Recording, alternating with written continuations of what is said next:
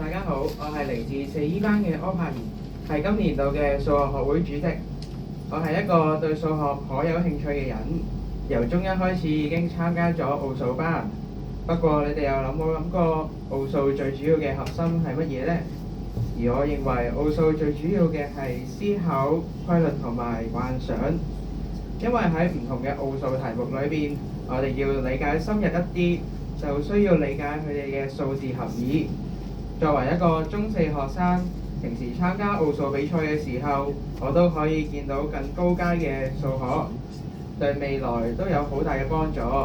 例如我而家所選修嘅其中一科就係微積分與統計，當中有好多數學都喺奧數裏邊見到，對課程嘅理解亦都有基本嘅認識。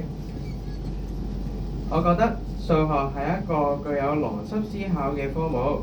而我平時會玩一啲推理嘅遊戲，例如數獨、愛因斯坦邏輯推理謎題同埋魔力橋等等嘅遊戲。玩呢啲遊戲可以鍛鍊自己嘅數學能力同埋技巧同有計數。而喺日常生活當中，我亦都參加咗好多嘅活動，包括係奧數比賽、國際數學比賽同埋唔同嘅大學課程，呢啲都有好大嘅興趣，即係令我大開眼界。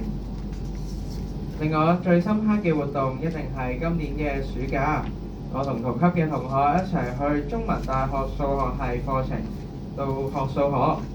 除咗可以學數學，仲可以體驗一下中文大學嘅日常生活。而我所學嘅課程係複數和分析幾何，即係 complex number。大家咧就可以睇下PowerPoint 嘅右邊。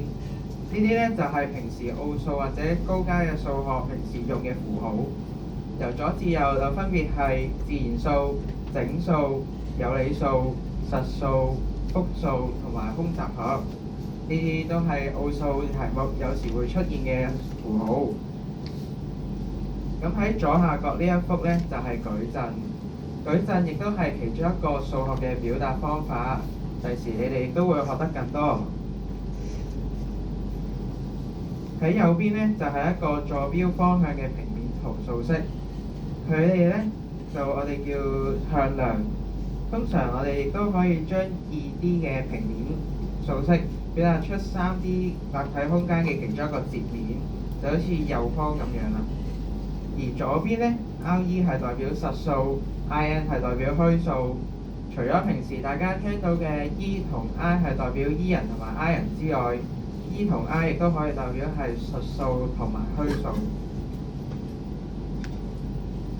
雖然呢啲課程大部分嘅筆記都係英文，讀起上嚟都好吃力，但係我喺放學之後都有嘗試理解一下導師們嘅筆記，溫習一下自己有咩錯誤嘅步驟。古語有云：溫故而知新。只要我哋將學過嘅知識再重溫多次，就會發現有唔同嘅理解方法。喺全年裏邊，我參加嘅奧數比賽多不勝數，每次都可以增添自己嘅一啲獎項。除咗可以豐富自己嘅個人簡歷之外，最主要係可以擴闊視野，令自己可以學到更多關於數學嘅嘢。如果你同我一樣對數學有興趣嘅話，歡迎你哋一齊參加奧數隊啦！